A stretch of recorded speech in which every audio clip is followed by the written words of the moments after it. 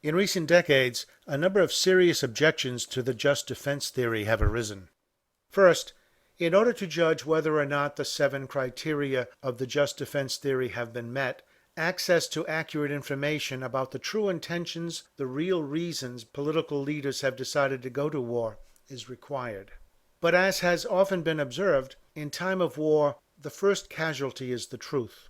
Every nation has become quite expert at spin, the telling of half-truths. In the 21st century, disinformation has become an art form.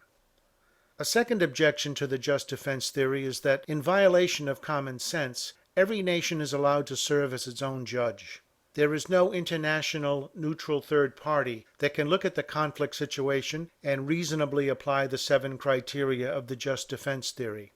Every nation is left to decide the justice of its own policies, and of course every nation comes to the conclusion that it's the other guy who's at fault. The third objection is that in practice, the just defense theory has rarely been used. The bishops of Nazi Germany did not use it to condemn Germany's wars of aggression.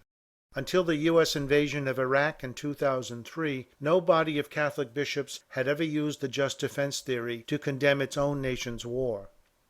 The fourth objection: is the just defense theory a Christian theory at all? Catholic moral teaching accepts and even reveres the role of reason and philosophy in ethical thinking. But this case is a bit odd. In the case of the just defense theory, we have a moral teaching based on Cicero and Plato with no appeal to the teaching and example of Jesus, the scriptures, or Christian tradition. Indeed, it could be argued that the just defense theory actually contradicts Jesus, scripture, and tradition. Even though Jesus never directly condemned abortion, present church teaching does, and this is perfectly consistent with Jesus' life and message. But the just defense theory is different. It seeks moral sanction for something that Jesus himself did condemn, in both word and practice. Fifth, the just defense theory has a serious logical flaw, namely it assumes what it's supposed to prove. The theory is supposed to show that there are occasions when the teaching and example of Jesus, the scriptures, and the early church can be put aside or overridden. But it doesn't. It merely assumes that, and then provides some conditions and limits. The final objection: the just defense theory is a limited war theory, and as such it has little to say to the kind of total war nations now wage. It comes from an era when warfare was limited. Battles were fought only by professional soldiers, not civilian draftees and children, with weapons tame by modern standards, and fighting was waged by appointment on battlefields away from cities and civilians. Civilians often came with picnic lunches to watch the spectacle from nearby hills. The situation today is obviously very different.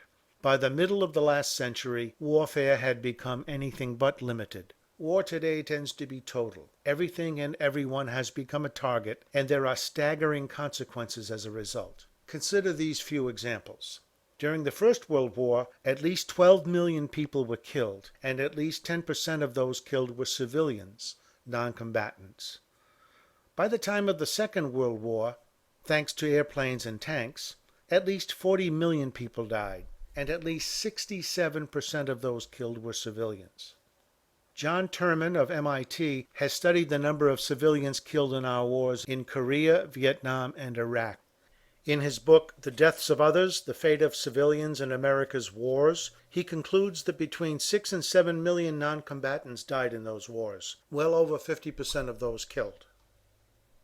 These statistics are the most conservative estimates, and they do not include the military personnel killed by the enemy or by their own hand, nor the number of civilians and military left permanently disabled and or psychologically traumatized.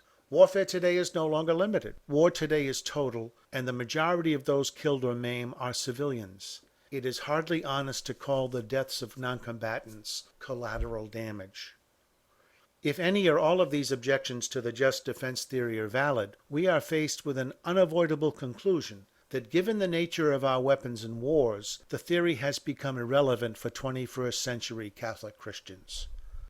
Recall Archbishop Martino's comment that, like capital punishment, war may be theoretically just in principle, but rarely in practice. Since the just defense theory is the only attempt ever to provide an exception to the rule, do not kill, and love your enemies, There is no other option for Christians than gospel nonviolence, Christianity's default position, the original pacifist teaching and practice of Jesus in the early church.